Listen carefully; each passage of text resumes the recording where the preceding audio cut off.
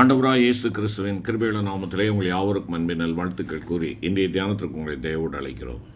இன்றைய தியான பகுதி நியாயாதிபதிகளின் புஸ்தகம் 9ஆம் அதிகாரம் முதல் 17 வசனங்கள். தியான வசனம் 15ஆம் வசனம். நியாயாதிபதிகள் 9:15. அதற்கு முட்செடியானது மரங்களை பார்த்து, நீங்கள் என்னை உங்களுக்கு ராஜாவாக அபிஷேகம் பண்ணுகிறது மெய்யானால் என் நிழலிலே வந்தடையுங்கள், இல்லாவிட்டால் முட்செடியிலிருந்து அக்கினி புறப்பட்டு லீபனோனின் கேதுரு மரங்களை பட்சிக்க கடவுது என்றது. நீங்கள் என்னை உங்களுக்கு ராஜாவாக அபிஷேகம் பண்ணுகிறது மெய்யானால் என் நிழலிலே வந்தடையுங்கள். முட்செடியினுடைய ஆதங்கத்தை, இல்லைனால் முட்செடியினுடைய கட்டளையை இங்கே குறிப்பிடுவதாக இந்த ஊமையிலே யோதாம் சொல்லுகிறதை நாம் இங்கே பார்க்கலாம். கிறிஸ்துவுக்குள் அருமையானவர்களே, நம்முடைய ஆண்டவர் தம்முடைய ஜனங்களை மீட்டெடுத்ததனுடைய நோக்கம் அவர்களுக்கு அரசனாக இருக்க வேண்டும், ராஜாவாக இருக்க வேண்டும் என்பதுதான். என் ஜனங்களை நான் வழி நடத்துவேன், என் சித்தப்படி அவர்கள் நடக்க வேண்டும், என்னுடைய வழியிலே அவர்கள் நடக்க வேண்டும் என்பதற்காகத்தான் அவர்களை தெரிந்து கொண்டார். கர்த்தரே இஸ்ரவேலருக்கு அரசராக இருக்க வேண்டுமே ஒழிய மனிதன் அல்ல. அபிமெலேக்கு, இங்கே இந்த அபிமெலேக்கு என்பவன் சீகேமிலே இருந்த கிதியோனுடைய மறுமனையாட்டியனுடைய மகன்தான் இந்த அபிமெலேக்கு. இவன் கிதியோனினுடைய 70 பிள்ளைகளை கொன்று போடுகிறான். காரணம் என்ன தெரியுமா? அடிப்படை காரணம், கிதியோனுடைய பல தார மனம், பல திருமணங்களை அவன் செய்திருந்தான். இதுதான் அடிப்படையான காரணம். இந்த கிதியோனை குறித்து நாம் பார்ப்போம் என்றால், மிகவும் தைரியம் வாய்ந்த ஒரு தலைவனாக அவன் இருந்தான். போர் நடத்துவதற்கு வேண்டிய எல்லா விதமான திறமை அவனுக்கு இருந்தது. ஆனால் அவனுடைய வீட்டிலே எல்லோரையும் கட்டுப்படுத்தக்கூடிய திறமையோ விவேகமோ ஞானமோ அவனுக்கு இருக்கவில்லை. ஆண்டவருடைய வார்த்தை சொல்லுகிறது, குடும்பத்தை நடத்த தெரியாதவன், புதிய உடன்படிக்கையின்படி தன் குடும்பத்தை சீராக நடத்த தெரியாதவன் சபையை கண்காணிக்கும் பொறுப்பை ஏற்றுக்கொள்ள தகுதியற்றவன் என்பதாக ஆண்டவருடைய வார்த்தை சொல்லுகிறது. கர்த்தரே இஸ்ரவேலருக்கு அரசராக இருக்க வேண்டுமே ஒழிய மனிதன் அல்ல என்பதை நான் ஆரம்பத்திலே சொன்னேன். இங்கே அபிமெலேக்கு அரசனாக விரும்பி தன்னுடைய உறவினர்களின் உணர்ச்சிகளை தூண்டிவிட்டு தன்னுடைய சகோதரரை கொன்று அவன் அரசனாகிறான். இஸ்ரவேலின் முதல் அரசன் இவன்தான். ஆனால் கர்த்தரின் கட்டளைப்படி இவன் அரசனாகவில்லை. எனவே இவனை முதல் அரசராக வேதம் எடுத்துக்கொள்ளவில்லை. ஆளுகை செய்ய வேண்டும் என்ற விருப்பத்தை நிறைவேற்றுவதற்காக இன உணர்வுகளை தூண்டுதல், ஜாதி உணர்வுகளை தூண்டுதல், தவறான இடத்திலிருந்து பணம் பெறுதல், வீணர்களை தெரிந்து கொள்ளுதல், இல்லை என்றால் கூலிப்படைகளை தெரிந்து கொள்ளுதல், தன் சகோதரர் 69 பேரை கொலை செய்தல் போன்ற கொடிய பாவங்களை அபிமெலேக்கு செய்தான் என்று சொல்லி நாம் இங்கே பார்க்கிறோம். அருமையான கர்த்தருடைய பிள்ளைகளே, நம்மை நாமே உயர்த்துவதற்குரிய வழிகளை நம்முடைய சொந்த மன விருப்பத்தின்படியாக நாம் தேர்ந்தெடுக்கக்கூடாது. அவ்விதமாக தேர்ந்தெடுப்பதனுடைய காரணத்தினால்தான் 70 உயிர்கள் இங்கே பலியாகின்றன என்று சொல்லி நாம் பார்க்கலாம். நம்மை உயர்த்த வேண்டும், நம்முடைய விருப்பங்கள் நிறைவேற்றப்பட வேண்டும் என்பதற்காக தேவன் விரும்புகிற வழியை தேர்ந்தெடுக்க வேண்டுமே ஒழிய, தேவனுடைய சித்தத்திற்கு அர்ப்பணிக்க வேண்டுமே ஒழிய, தேவனுக்கு எதிரடையான வழிகளை தேர்ந்தெடுக்கக்கூடாது. அபிமெலேக்கு அவ்விதமாக செய்தான். கிதியோனின் பிள்ளைகளான நல்லவர்கள் அரசராக வேண்டாம் என்று சொல்லி அவர்கள் முடிவெடுத்த பொழுது, கொடியவனான அபிமெலேக்கு அவன் அரசனானபடியினாலே முட்செடியைப் போல தீமைகளையே தருவான் என்பதை இந்த பகுதியானது நமக்கு எடுத்துரைக்கிறது. அவன் ஒரு முட்செடியின் நிழலாக இருந்தான். இந்த முட்செடியின் நிழலாக இருப்பது அது வேதனையை கொடுக்கக்கூடியது என்பதை நாம் உணர்ந்து கொள்ள வேண்டும்.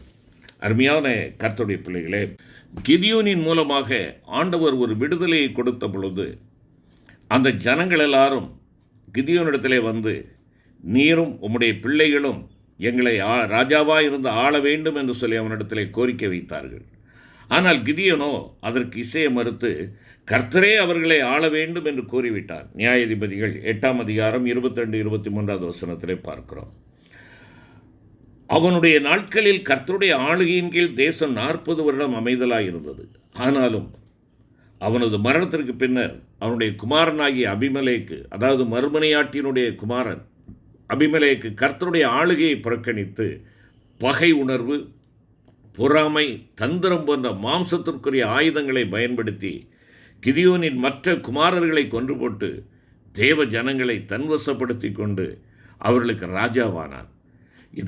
இதைத்தான் யோதாம் இந்த ஓமையின் மூலமாக வெளிப்படுத்துகிறான் என்பதை நாம் அறிந்து கொள்ள வேண்டும். என்னை கேட்டுக்கொண்டிருக்கிற அருமையான கர்த்தருடைய பிள்ளைகளே, முட்செடியின் நிழல் என்பது மனுஷர் தங்களுக்குள்ளாக உள்ள பொல்லாத சுபாவங்களாகிய கோபம், எரிச்சல், பகை உணர்வு, பொறாமை, பழிவாங்கும் எண்ணம், ஜீவனத்தின் பெருமை, பொய், கோள் சொல்லுதல் போன்றவற்றை தங்களுக்கு அடைக்கலமாக கொள்வதை குறிக்கிறது. இந்த முள்செடியின் நிழலினாலே பிரயோஜனம் கிடையாது. இது நம்மை நாமே அழித்து விடுகிறது என்பதை நாம் உணர்ந்து கொள்ள வேண்டும். இந்த முள்செடி ராஜாவாக தன்னை உயர்த்த விரும்பியது என்று யோதாம் அங்கே சொல்லுகிறான். அதனுடைய காரணத்தை இங்கே நாம் பார்ப்போம் என்றால், அவனிடத்தில் காணப்பட்ட கோபம், எரிச்சல், பகை உணர்வு இவைகளைத்தான் அபிமெலேக்கு என்ன செய்கிறான், வெளிப்படுத்துகிறான் என்பதை இங்கே சொல்லுகிறான். பொதுவாக இந்த உலக மனிதர்கள் தங்களுடைய உலக வாழ்க்கையில் தாங்கள் எளிதாக முன்னேறுவதற்கும், தங்களுக்கு கீழ் உள்ளவர்களை தங்களுக்கு இணங்க பண்ணுவதற்கும், பிறரை பார்க்கலும் தாங்கள் செழித்தோங்கி விரித்து அடைவதற்கும், பிறருடைய பார்வையில் நன்மதிப்பை பெறும்படி தங்களை மேன்மையானவர்களாக காண்பித்துக் கொள்வதற்கும், குறுக்கு வழியில் ஐஸ்வர்யங்களை சம்பாதிப்பதற்கும் இந்த மாம்சீக சுபாவங்களை உபயோகிக்கின்றனர். ஆனால் இவை யாவும் தேவன் வெறுக்கிற சுபாவங்களாகும் என்பதை நீதிமொழிகள் 6ஆம் அதிகாரத்திலே 16 முதல் 19 வசனங்களிலே நாம் பார்க்கிறோம். ஆம், இவைகள் முள்செடியின் நிழலாகத்தான் இருக்கிறது. இவைகளினாலே நிரந்தரமான நமக்கு ஒரு அடைக்கலமோ அல்லது நிழலோ அல்லது நமக்கு ஒரு பாதுகாவலோ நிச்சயமாக கிடையாது. இவைகள் தேவன் வெறுக்கிற காரியங்களாக இருக்கின்றன.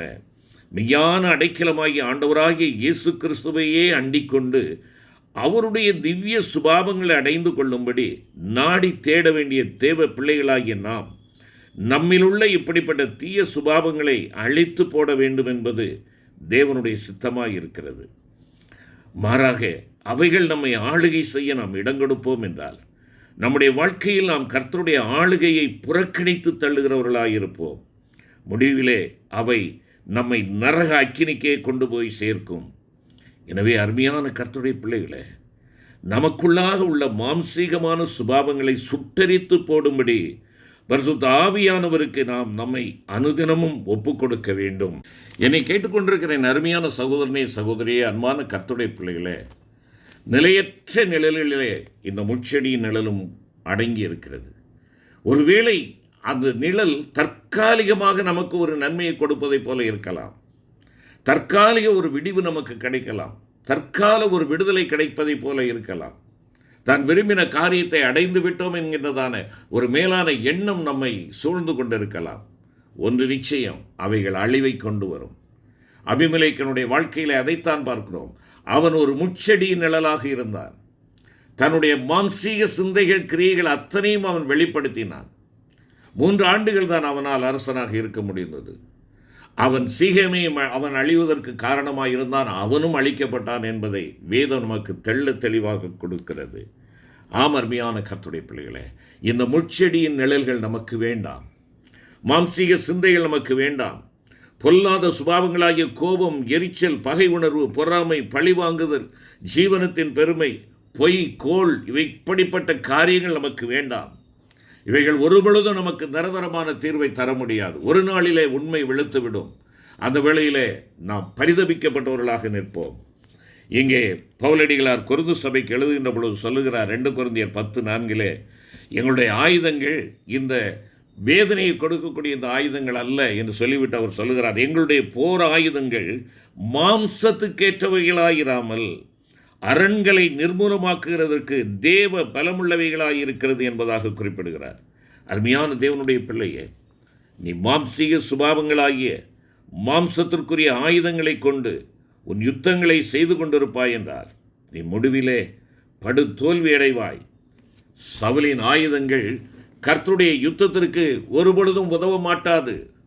இங்கே நாம் பார்க்கிறோம், கர்த்தர் தன்னோடு இருப்பதே தன்னுடைய வெற்றியின் ரகசியம் என்பதை நன்கு அறிந்திருந்த இளைஞனான தாவீது கோலியாத்துக்கு விரோதமாக யுத்தம் செய்ய சென்ற பொழுது சவுலின் ஆயுதங்களையோ சவுலின் அந்த போருக்கான வஸ்திரங்களையோ அவன் அணிந்து கொள்ளவில்லை.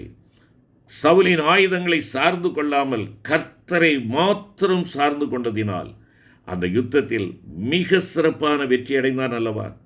அருமையான கர்த்தருடைய பிள்ளையே, அந்த விதமாக நீயும் உன் ஆவிக்குரிய யுத்தங்களில் இஸ்ரவேலின் ஜெயபலமானவராகிய உன் தேவனை மாத்திரம் சார்ந்து கொள்வாய் என்றால் அமோக வெற்றி உனக்கு கிடைக்கும்.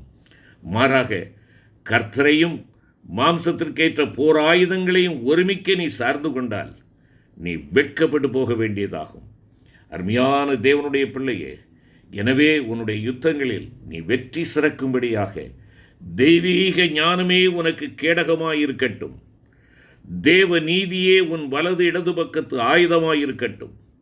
கர்த்தரை உயர்த்தும் துதியே உன் சத்துருக்களை சிதைக்கும் அம்புகளாயிருக்கட்டும். கர்த்தருடைய வசனமே உன் பட்டயமாயிருக்கட்டும். அவருடைய நாமம் வல்லமையில் பெரியதாயிருக்கிறது. அருமையான கர்த்தருடைய பிள்ளையே, உன்னுடைய சகாயம் வானத்தையும் பூமியும் உண்டாக்கின கர்த்தருடைய நாமத்தில் மாத்திரம் இருக்கட்டும். செபிப்போம். கிருபை நிறைந்த ஆண்டவரே, நாங்கள் மாம்ச புயத்தை சார்ந்து கொள்ளாமல் உம்மையே சார்ந்து முன்னேறத்தக்கதாக முட்செடி நிழலை நாங்கள் ஒதுக்கிவிட்டு எங்களுடைய நித்திய கண்மலையாக இருக்கின்ற, எங்களுடைய உன்னதமான நிழலாக இருக்கின்ற, சர்வ வல்லவருடைய நிழலாக இருக்கின்ற உம்முடைய பாதத்தில் எங்களை அர்ப்பணிக்கிறோம். மீட்பர் இயேசு கிறிஸ்து மூலம் வேண்டிக் கொள்கிறோம் பிதாவே. ஆமென்.